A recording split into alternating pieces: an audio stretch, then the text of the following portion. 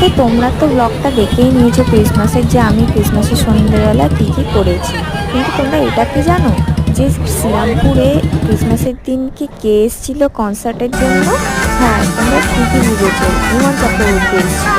তো তোমরা দেখতে থাকো।